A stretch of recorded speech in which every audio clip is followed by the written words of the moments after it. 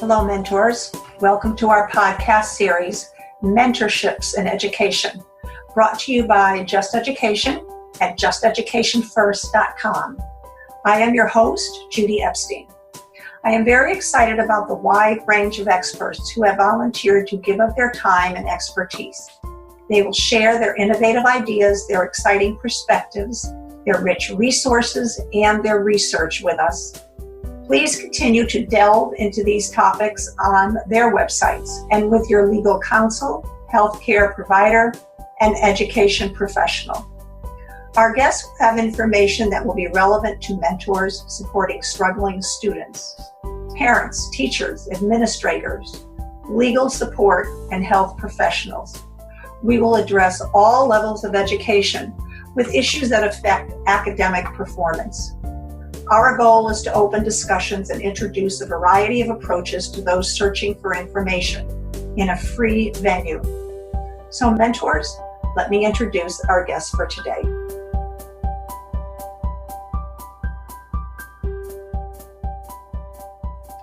Welcome everybody. So glad you could join us today. I have been doing a little research in an area that has been concerning me over the last year or so, and I've been looking for someone who I thought would have knowledge and also that I would be comfortable speaking with.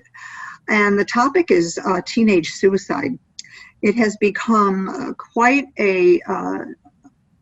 an issue over the last, I don't know how many years, 5, 10 years. In 2014 is what I saw that triggered my interest, where over 5,000 children between the ages of 10 and 24 killed themselves. And in 2019, it hasn't gone down. We have one in every 100,000 students between the ages of 15 and 19 who are killing themselves. It was just so disturbing that I wanted to speak with someone. And I started looking around and wasn't sure if I wanted a psychologist, a therapist, a psychoanalyst. And I came across Frank King's name. And what he does intrigues me. As I share his biography a little bit with you, you will see why. He's a bit of a contradiction, and that intrigued me, and I love the way that he approaches this very delicate subject. So with that said, let me welcome Frank. Thank you so much for joining us today. You can speak, it's okay. Oh, yeah. My pleasure, Judy. Thank you for giving us so much of your time. Let me tell you a little bit about Frank. He is a suicide prevention speaker and trainer, and he used to be a writer for The Tonight Show with Jay Leno for over 20 years. I thought that was really cool. Depression and suicide run in his family. He's thought about killing himself more times than he can count, he says, and he's fought a lifetime battle with major depression disorder and chronic suicidality, turning a long, dark journey of his soul into 5 TED Talks, which you can go online and find. I listened to several of them myself. They're quite interesting. He's a motivational speaker who uses his life lessons to start the conversation, giving people permission to give voice to their feelings and experience the surroundings around the depression and the suicide. And as I said, he's a bit of an oxymoron because he uses humor to address the issue of suicide prevention, which, as I say, intrigued me. He has several talks that he has set up, and we're going to have links on those, so you'll be able to go and check those out yourself. But one of them is titled The Digital Media Addiction, and it addresses smartphones, social media, and suicide. How social media impacts people with depression and is not supportive of people who are struggling through this. Another talk is Stress Less in the Workplace, maintaining a work-life balance, workplace suicide prevention, keeping a workplace healthy. And the two that piqued my interest were college and youth suicide prevention. Suicide is the second leading cause of death in children in this age group. Pretty scary, huh? Bullying prevention and response training is the last one he does. So there are 6 of those, and we will have links to more information about that. And he also has provided us an outline so you can go on that tab and kind of look things over yourself. This is such an important issue as we talk about kids who struggle. Sometimes these kids with depression and who are struggling with the suicidal thoughts kind of get by us. And I want Frank to talk a little bit, start talking to us a little bit about his experience with this, and as I call it, his mental health journey. So Frank, again, welcome. Thank you so much for being with us today. And in your own words, however you want to address this, I do have some bullet points that we talked about earlier, but I'd like you just to tell everyone who's listening about your journey. Well, and I want to tell everybody who's listening, Judy, how well prepared you are. Oh my God. Okay, Frank, here's the bullet points. Here's the outline. Now, I felt like I should be doing footnotes, like a term paper. Got to show you resources. Anxiety issues. Don't make fun of me. I thought I left this behind when I left college. Oh my God. Well, I'm not a psychiatrist or a psychologist, and what I teach is not therapy. It's my job is to plant seeds of hope. I use a couple of curricula. One is QPR, question, persuade, refer. You can find them at QPRinstitute.org, I believe. And then Working Minds, which is a program out of University of Colorado, Denver. It's workplace, suicide prevention is a workplace health and safety issue. And, I took mental health first aid. People always ask me, how can I learn about mental health? Mental health first aid. Judy, are you familiar? No. Yes. I'm writing it down. Yeah, mentalhealthfirstaid.com, might be .org, but either way, yeah, it's an all-day class, 8 hours. The price is anywhere from $0 to $25, and they throw in lunch. We had pizza, and they start with the more commonly known mental illnesses, depression, bipolar, so forth, and they work their way all the way through schizoaffective disorder, and I think they finish up with non-lethal self-harm, cutting, burning, hitting, and you get a binder, take home, with the signs and symptoms and then resources. And it's just a great mental health 101 for anybody who wants to learn more about these issues. You have a loved one or a friend, family member who has one of these issues. Like I said, you go to that mental health first aid, I think it's .org. You put in your zip code, you put in how many miles radius you're willing to go to a class, let's say 25 miles, and it'll tell you every class within 25 miles of your zip code. And there's an adult 8 hours, and a young person's 8 hours. We're going to have these links posted, so in case somebody doesn't have a pen, if they're driving, they'll be available. Okay. It's brilliant, and it's inexpensive, and it's comprehensive, and it's just a good, like I said, it's good mental health 101. So that, Working Minds out of Denver, and then QPR, the QPR Institute, question, persuade, refer. And again, it's not therapy, it's simply a way to plant seeds of hope. The question comes up, of course, a comedian talking about depression and suicide. How does that work? Well, if you think about it, from the time of the first comedian, the court jester's job was to speak truth to power on behalf of the powerless, with humor. And I believe I speak truth to the power of mental illness on behalf of those often locked in its grip, powerless, with humor. I believe with there's humor, there's hope, where there's laughter, there's life, that nobody dies laughing. And mental illness runs in my family. It's called generational depression and suicide. My grandmother died by suicide. My mother found her. My great aunt died by suicide. My mother and I found her. I was 4 years old. I screamed for days. I'll spare you the details. It's in my first TEDx talk, A Matter of Laugh or Death. Details are there if you would like to know the story. And I myself live with 2 mental illnesses. One is called major depressive disorder, better known, I suppose, as depression. It lasts anywhere from 2 days to 2 weeks and recurs. It's kind of like a flat spot on a wheel. And chronic suicidal ideation, which is a little more rare. As a matter of fact, every time I speak, every time I've spoken, except once, and I talk about chronic suicidal ideation, it means that for me and people in my tribe, suicide is always an option on the menu as a solution for problems large and small. And when I say small, my car broke down a couple of years ago. I had 3 thoughts unbidden. 1, get it fixed. 2, buy a new one. 3, I could just kill myself.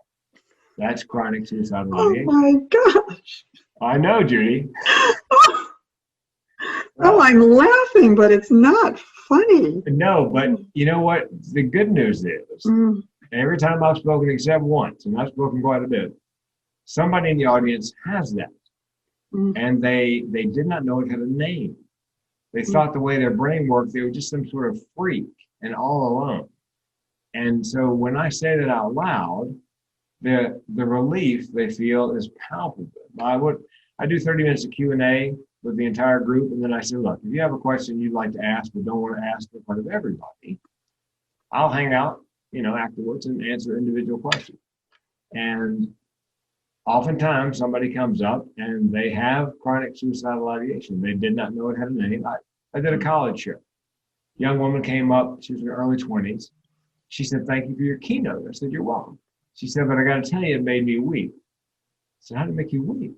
She said, well, your story about the car, get it fixed, buy a new one, or you could just kill yourself.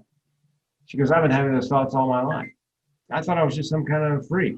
I was all alone. And when I heard you say that out loud, I realized for the first time in my life that I am not alone. And I wept.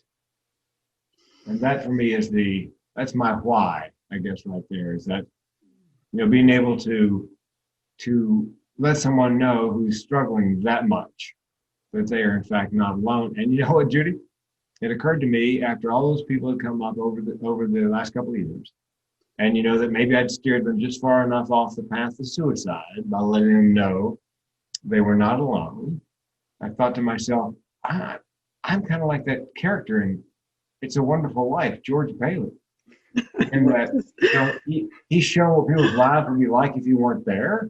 Well, I've been shown what these people's lives would be like if I were not there to speak and to reassure them that they're not alone.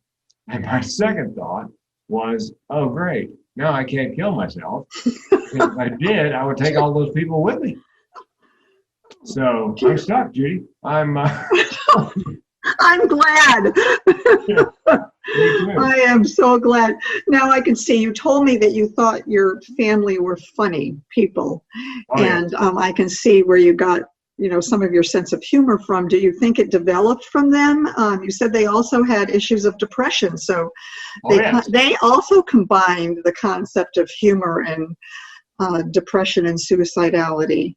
Yeah, if you don't mind the mild colorful Southern reference, there are more nuts in my family than in squirrel poop.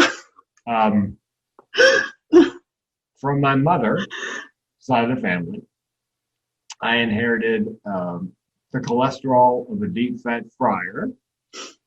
It's called familial hypolipidemia. It means I could eat spackle and packing peanuts and I'd still have high cholesterol. And I inherited an amazing sense of humor. She was very, very funny, sort of witty, Dixie Carter designing women, kind of witty.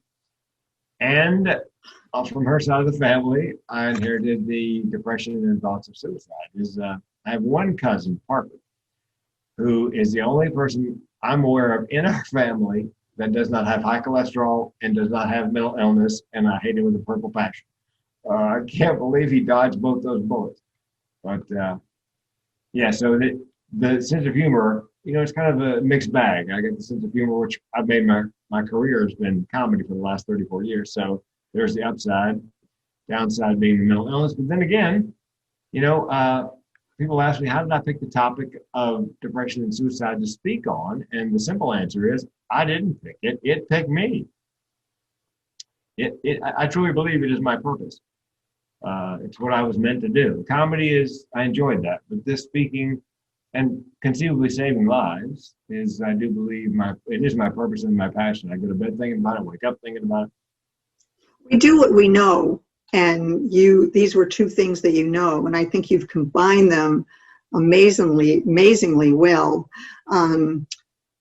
You said that you were telling me that you worked as a writer for Jay Leno for a number of years, and was it after you left Jay Leno or while you were working with Jay Leno that you began to think about what you were going to do when you leave? No, actually, I've been thinking about it since my first job out of college, out of UNC Chapel Hill, was selling insurance. And insurance companies are famous for holding meetings, and I got a chance to see some of the old school, really great motivational speakers like Zig Ziglar and Brian Tracy, those guys. And I would sit in the audience and think to myself, I could do that.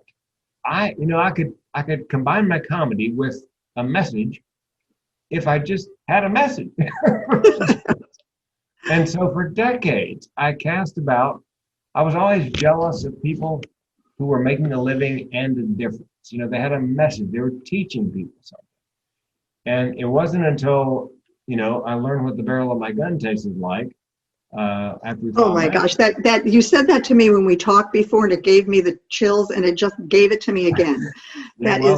Oh my gosh. I literally, I had time, place, methods selected. I put the barrel in my mouth to, I guess. And spoiler alert, by the way, I didn't pull the trigger. Which, by the way, always gets a nervous laugh from the audience. They're like, should we be laughing? Yes. I know, it's an uncomfortable topic. I can understand, especially when you're doing it with humor. I mean, you don't know whether you should laugh or not laugh. Is he expecting me to laugh at that? It's so sad. Yeah, well, here's the way comedy works, Judy. This is the benefit of having done comedy for that many years. I tell that joke, and there's nervous laugh because they're not sure whether they should be laughing or not, whether it's socially acceptable. So I followed up with a true story. A friend of mine had not seen me utter that phrase at a keynote before, and he was in the audience, and he came up afterwards, and he goes, "Hey man, I'm just wondering, how come he didn't pull the trigger?" I said, "Hey man, could you try to sound slightly less disappointing?" And then the audience really liked it. So you let them off the hook. Okay, now we understand. This is how it's going to be. So. You gave me a quote when we were talking, and I'm going to throw it out here because I think it's a good place, and maybe you can take it from there and work it on down to how you developed what you wanted. But your quote was, and I love it, "If you decide what you want, the way will follow." And I have to tell you, I've used that a couple of times already with my students, because they'll say to me, "I don't know what I have to take this course for. I'm not going to use math. I don't understand why I have to even go to school. I want to be an artist." I mean, those are conversations I have, and I have rhetorically, I hope, given them something to think about when I say to them, if you decide what you really want, the way will follow. And I said, the boy that was art wanted to be an artist. I said, do you know enough about art to understand how mathematical it can be? Oh, do you understand enough about art to understand the chemistry of colors?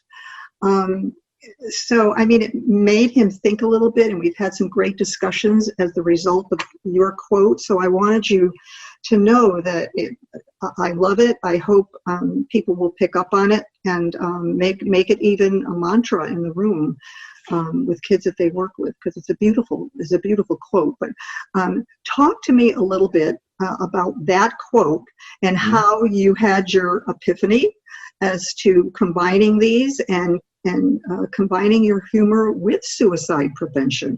I'm sure there were people who said to you, "You can't do that.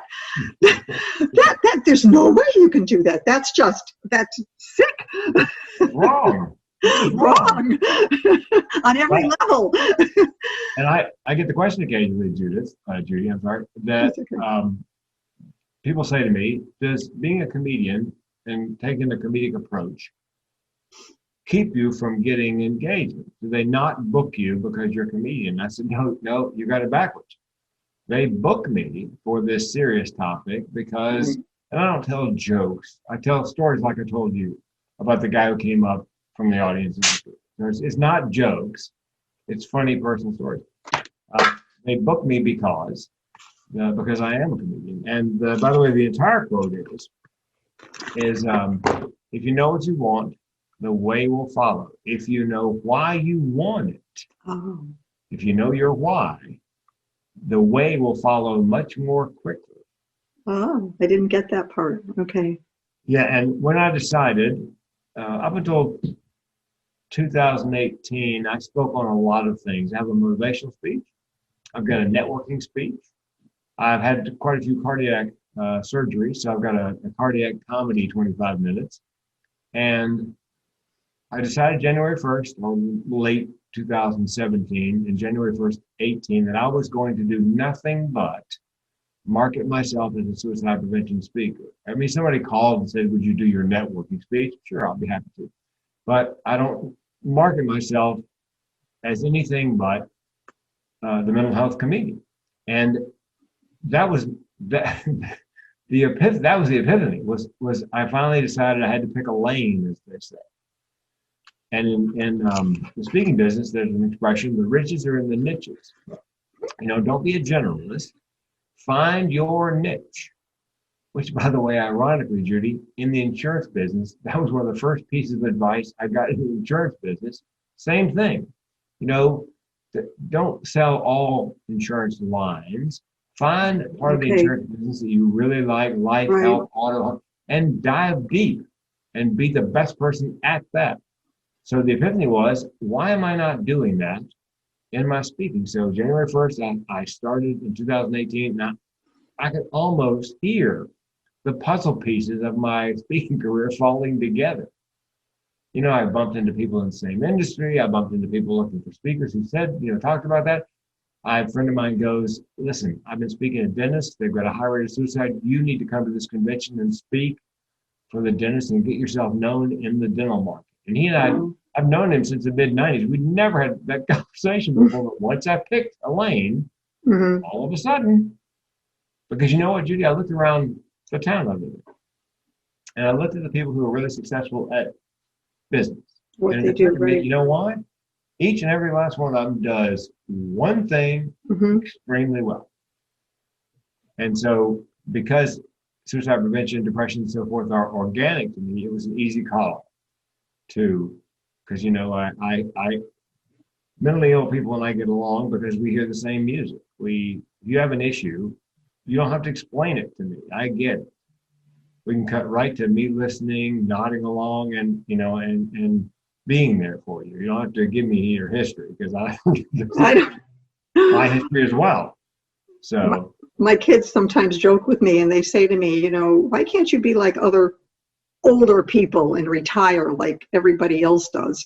And I say to them, because I haven't decided what I want to be when I grow up yet. Still working on it. Well, so, I knew I wanted to be a comedian. Judith in fourth grade. And I did the senior year talent show, did stand up. So I knew for sure. And I went to the Comedy Store and did an open mic and knew right away. But again, I was always hoping to be like the Zig Ziglars of the world, to entertain and to, change lives. And in this case, perhaps save lives. So So let's pretend you have an audience of parents and educators, and you're doing a talk for them on developing awareness of picking up the signs of kids who might need some time, some special time, what kind of information what is in your talk? What is it that you talk to them about? What kind of teaching do you do around preparing them to be aware of kids who might be struggling in this area, whether it's parents or teachers or administrators or advocates for kids? How will they know if someone is sitting in front of them or in their class that this is a kid who's having issues, problems? Well, the signs of depression, and of course, this is not an exhaustive list, but these are some of the, the more obvious ones. Have difficulty getting out of bed in the morning, but tend to rally in the afternoon. Don't take the same joy they used to take in social activities. A little hard to tell now because there are no social activities. Right. there's a very obvious sign. Eat too much, can't eat. Sleep too much, can't sleep. Could be one or the other. And probably the most obvious sign is letting personal hygiene go. Because it's difficult for them to get out of bed in the morning. So, it's hard to struggle to the bathroom to wash your hair, to the utility room to do a little wash. So I said to somebody yesterday on a podcast, there's COVID casual. You know what I mean? Oh, yes. Not wearing a tie, because this is COVID casual. Right. And then there's depressed casual, where, it was a little dirtier than usual, maybe not, so the clothes aren't quite as right. quite well put together, no makeup maybe. So that is and that's when I teach to dentists and hygienists, is if somebody sits down in your chair and, over the last couple of years, they've been in there once every 6 months, they're generally well put together, and you notice, not quite so well put together. Then you look in their mouth and you realize they haven't been taking care of their teeth the way they had been in the past. So that is a very dangerous sign. That's when you need to have a conversation. I also tell parents, because neurotypical, neuronormal people they want to help. They're never quite sure exactly what to say. Here's what you don't say to somebody you believe, a child or adult, is depressed. Pull yourself up by your bootstraps. Turn that frown upside down. Why don't you choose joy? Well, unless you're talking about dishwashing liquid, that's not possible. Here's what you do say to somebody who is struggling. Look, I'm here for you. And I mean, I know you're not lazy or crazy or self-absorbed. I know that depression is a mental illness. Now, here's the good news. With time and treatment, things will get better. I will take the time. I will help you get the treatment and mean it. And then if you suspect or they say they are depressed, the next question is the most difficult. It is flat out, are you having thoughts of suicide? And you ask them, you don't mince words. You no. Ask them straight out. Okay. And if you can't ask that question, you find somebody who can. Okay. And the reason is, Judy, there's a very practical reason for that. 8 out of 10 people who are considering suicide are ambivalent. They want someone to ask that question. 9 out of 10 people who are considering suicide give hints, direct, indirect, verbal, nonverbal, behavioral, in the last 7 days leading up to an attempt. So again, if they're hinting, they want somebody to step up and go, hey, are you having thoughts of suicide? Now, there's an urban legend, you should never mention the S word, suicide, in front of people who are depressed. And I love the reasoning. It might give them the idea. Suicide? What a great idea. Why didn't I think of that? Trust me, it's crossed their mind. But that's one of the reasons people don't say anything. They don't want to, they're afraid they'll say the wrong thing. So they don't say anything. So it's, So yeah. Are there other wrong things to say? I mean, that is not one of them. I realize that, but are there wrong things to say? Yes. If somebody says, I am suicidal, yes. You do not say, you're being melodramatic. You're just looking for attention. Nobody who talks about that ever does it. And which is not true. Right. And if they say they are suicidal, you say, you have a plan. And if they have a plan, you say, well, what is your plan? And if the plan is detailed to time, place, method, it's now time to get them on the phone with the Suicide Prevention Lifeline. Or if it's a young person, have them text the word help to 741-741. It's the same as Suicide Prevention Lifeline, only it's text. And young people tend to be more forthcoming texting than they are like old people like me I love the phone. But younger people tend to prefer the texting. And I've added something with the help of a psychiatrist friend. 2 more questions. If their suicide plan is not particularly detailed, it's somewhat amorphous, my next question would be, well, are you going to kill yourself? Just like that. And if they say no, the last question is, and I believe the most important, okay, then tell me why not. Oh, I like that. Make them give voice to whatever it is. And you and I have talked about this already. Yes. My why not is, I'm George Bailey and It's a Wonderful Life. And if I kill myself, I'd take all those people with me. So, I mean, that's part of my why not. I've got some other things, but that's the linchpin of my why not. That's the conversations around. Now, if I was talking to parents, and I've been working really hard to find educators to let me do this. I have a TED Talk called "The Evolutionary Advantages of Mental Illness," and I got the idea because everybody I've ever met who has mental illness, who's not completely dysfunctional, has some kind of superpower: artistic, a great singer, writer, comedian, entrepreneur. I said superpower to my. I love that term. Yes, I've heard people say that before. Yeah, I said that to my sister who has anxiety and depression. She goes, "Superpower? We're not the X-Men. We're the Xanax-Men." Right. But we're educating children about depression, thoughts, and suicide. But nobody really talks about the positive side of mental illness. I know it sounds like, like an oxymoron, but I believe that mental illness is not a singularity, but a duality. It's a combination of mental illness and mental ableness.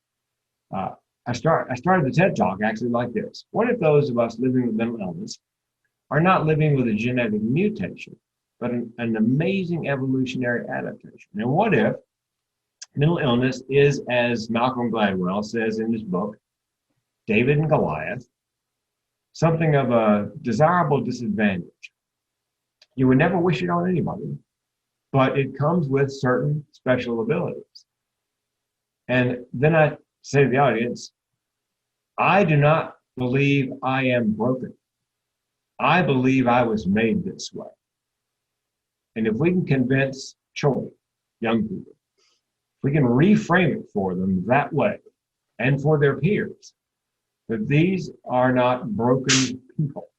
They were made this way and they have these special abilities. I believe we can reduce stigma and bullying and ultimately the rate at which young people die by suicide. Dyslexics. I was on a ship talking to a father about his child, telling him about TED Talk, told him I was going to mention dyslexia.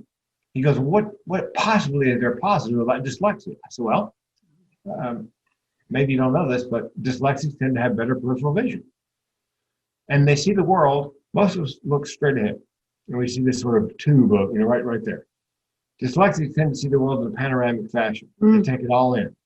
In basketball, they would, they say that like Michael Jordan could take the entire basketball court in at a glance.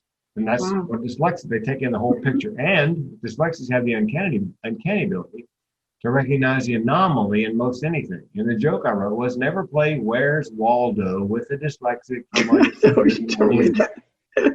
Yeah. And by the way, according to Malcolm Gladwell's, research, 50% of dyslexics learn how to adapt and are very successful in life, often entrepreneurs. The other 50% fail to adapt and end up in jail. I mean, the number's not exact, but that's roughly. And the father said to me, Frank, I've read every blog post, I've been to every convention, I've read every book.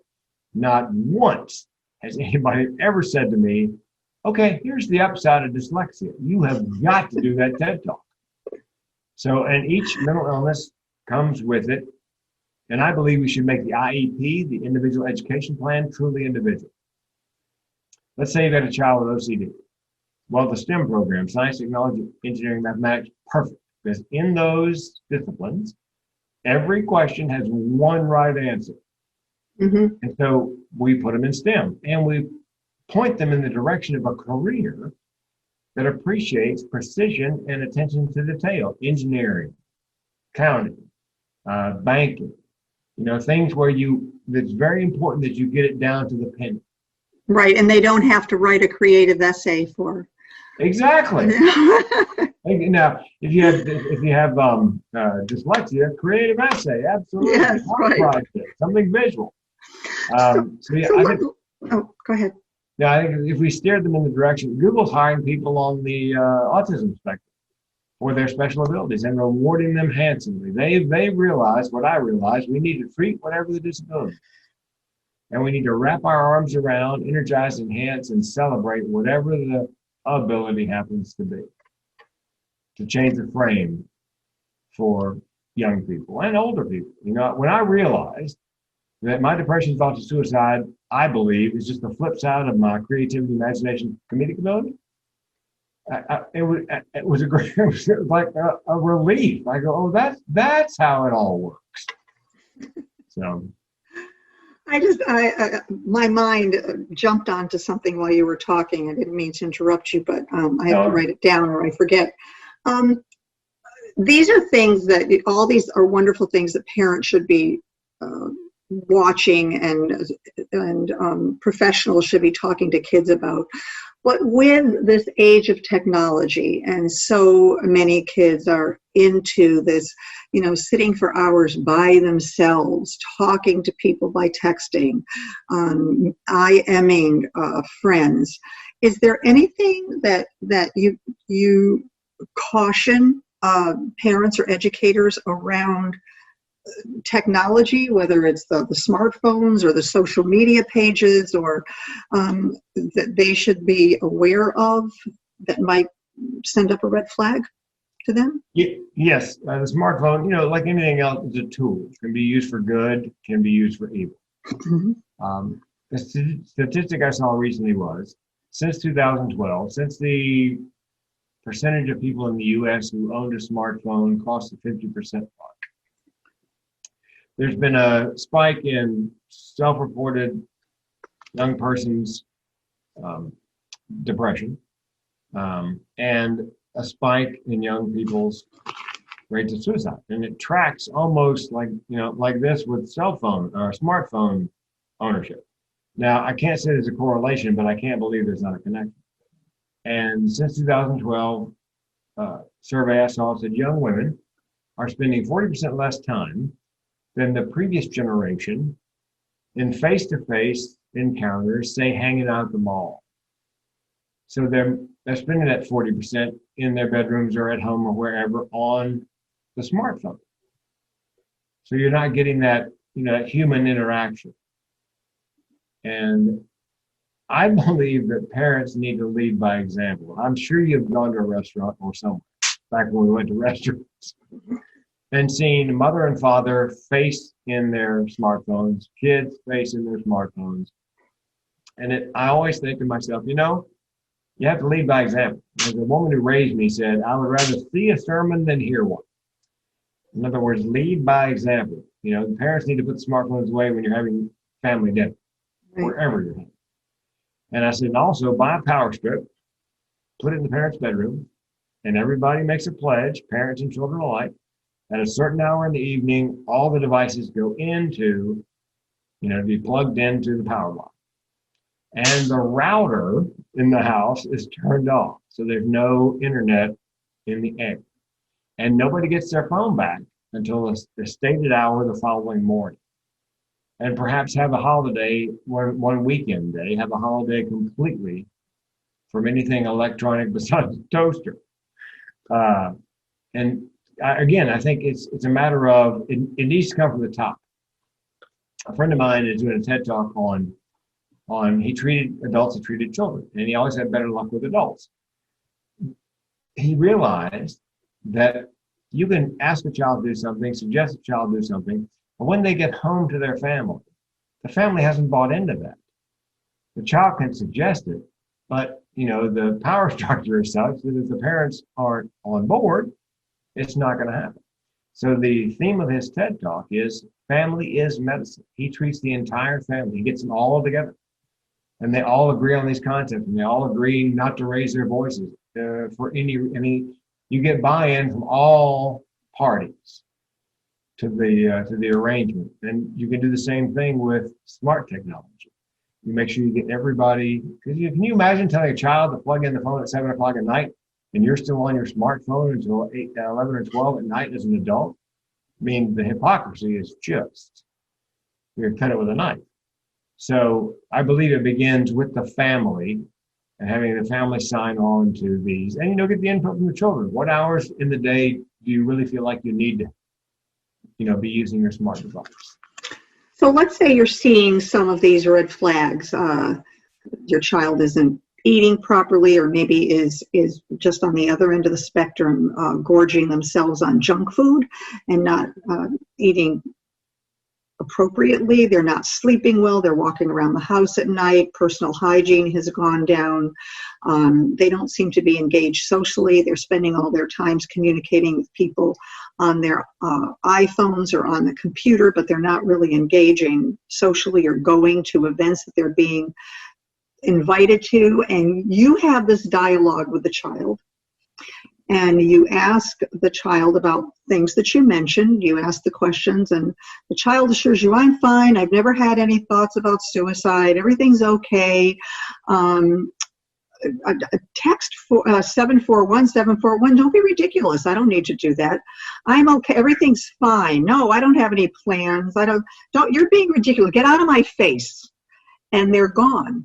And we've talked about this, and I want you to kind of go over where you feel it's important for the adult to then,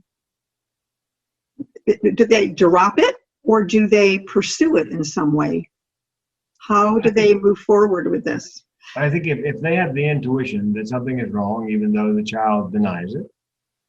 I love Malcolm Gladwell. I'm reading his book called Blink. Well, somebody mentioned that to me, yes, the other day, yes. Yeah, about making how humans are able to make, sum up a situation in their minds in 2-3 seconds. That, like you can watch a couple interact at the grocery store for a couple, 3 seconds, and they did studies where that the people in the study could actually guess whether they'd end up divorced, and they followed the couples, and 95% of the time, from a 3 to 5 second conversation, they were correct. It's something, built into our brains from the time we were cave people and had to, when the hair stood up on the back of your neck and because things back then could kill you or eat you all over the place. And the humans that took the hint when the hair went up on the back of their necks are the people that survived. They didn't question it. So if you suspect a child, a friend, a family member is living with some issue, depression or whatever, go with your gut. And I would say, okay, I believe what you're telling me, but I would like us to go in and get you evaluated by a mental health professional and have them evaluated. I'm sure you're going to get a lot of pushback. I don't need that. Why are you doing this to me? I hate you. Okay, I'd much rather you hate me and be alive. I would have. Oh, please go back and say that again, slowly. You'd rather what? I'd rather have them hate me and be alive okay. than happy with how I behaved and deceased. Okay. So, and you talked about survivor's guilt. That I imagine would relate to that. Yes. Yes, because if it occurs to you that somebody may be depressed, and you have and Malcolm talks about this in his book, you can't recall consciously a sign or symptom that led you to that conclusion, but something, triggered your brain to come up with that thought. There was a piece of artwork, $1 million piece of artwork, and sold to a museum. They hadn't paid for it yet. They agreed to buy it. Somebody suspected, somebody saw it and immediately had this feeling. Sometimes it's a little queasiness in their stomach, he said. Sometimes it's just a word they blurt out. But somebody believed it was a fake. So they brought in an entirely different half a dozen art, appraisers or whatever, experts. And they pulled back the sheet and let them see it. And one of the women said, as soon as they pulled the sheet back, have you paid for this yet? And she couldn't tell you why she said that. But something in her brain, when she saw, and she just took in the entire thing. It wasn't like she took a close look. Something about that artwork didn't compute for her. Something was wrong, but she couldn't put her finger. So with mental illness, oftentimes, there's something wrong, but you can't quite put your finger on it. So always go with your gut. If you suspect that somebody is living with a mental illness, depression, have the child evaluated by a mental health professional. I would also say have a complete physical. Because sometimes, on rare occasions, these symptoms of depression or whatever are caused by something organic, a shortage of some kind of enzyme or You know what I mean? The body's not producing whatever. So eliminate that as a cause, and then have a mental health person, you know, evaluate them. And if medicine is, you know, appropriate, I would get the cheek swab DNA test for psychotropics. They take a cheek swab of your DNA, and let's say you have depression. And they take that DNA and they put it up against all these antidepressants. And they find the one or two that would work best with your particular metabolism based on your DNA. So you get a lot less of that lab rat kind of a thing we used to have where you have to go on and taper off. Go on, doesn't work, taper off. They call it precision medicine. It narrows down the the number of medications they believe will actually work with your particular metabolism. So that's what I would do. Evaluation, if medication's indicated, take the DNA swab test, find the ones that work the best. And that's true in medicine in general. Many different kinds of medication where kids have maybe even ADHD and they're on medication for ADHD, and because it affects different parts of the brain, different medications, they start one medication and that doesn't seem to be working well, so they'll try another one, or the child's getting very sleepy and so they'll drop the medication down. So tweaking the medication is not an unusual process. Sometimes it takes a little while to fine tune it. Would you agree? Yes. And with ADD, ADHD, you have to be very careful because a lot of the symptoms of childhood trauma are very similar to the symptoms of ADD and ADHD. Interesting. It's easier to medicate ADD and ADHD than it is to spend the time to delve in to the heart of the problem. Perhaps there was childhood trauma. Abuse or something, right. Yeah, but it takes much more time to figure it out. Whereas, parents are busy, teachers are busy, Ritalin is, whatever it happens to be. I threatened to write a book called Ritalin Killed the Class Clown. Because if there had have a dark side, you know that? You have a dark side. If there had been such a thing as Ritalin when I was a child, here's my diagnosis, Judy. It's the only diagnosis I ever had. That boy has got ants in his pants. that was ADD when I was a child. There was no medication for ants in your pants.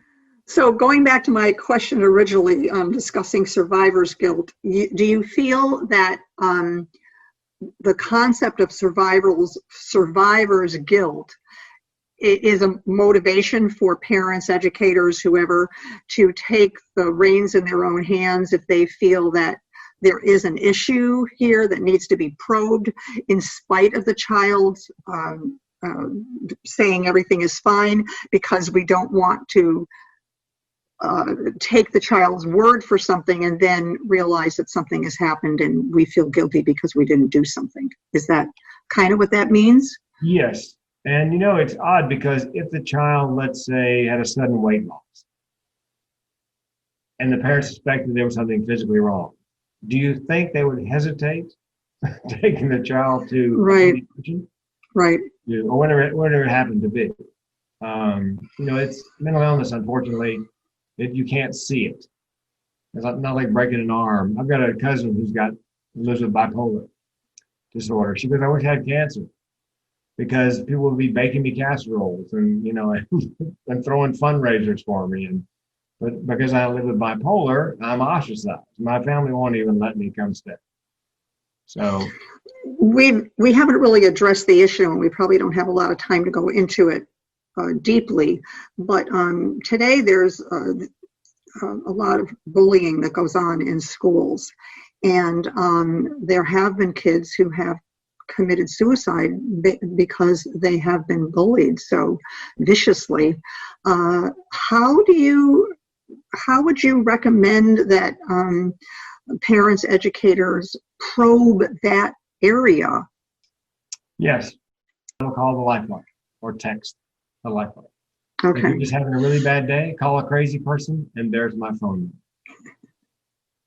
Because I'll listen. I won't judge. I know I hear the same music you do. You know, sometimes it's the power of peer counseling. There's a story about a guy who fell down a well, and everybody who walked by couldn't help it until a stranger walked by, looked down, crawled over the lip of the well, dropped to the floor of the well, and the guy in the well goes, "What are you doing?" He goes, "I'm down here to help you." And he goes, "Help me? You are stuck down here with me." And the stranger goes, "Yes, but I've been here before. I know the way out." Oh my gosh, that's a beautiful story. I like that. And we're going to close with that. That's the benefit of talking to somebody, a fellow traveler. Yes. Thank you so much, Frank. And thank everyone for joining us. And please peruse the website at justeducationfirst.com and look at all of the links and added information about our very special guest today, Frank King. Thank you so much. Thank you, mentors, for being with us today. If you found this podcast of value, please visit justeducationfirst.com to subscribe to our blog and mentorship and education podcast so that you may continue the exploration with us. Our goal is to provide a free treasury of information for our listeners so they can become acquainted with the amazing resources that we have available to us. We want to thank all of our guests for giving their time and sharing their wealth of information with us. Please also visit their websites and explore more of their resources to further your pursuit of the topic. Hope to hear from you at justeducationfirst.com. Have a good week, and thank you.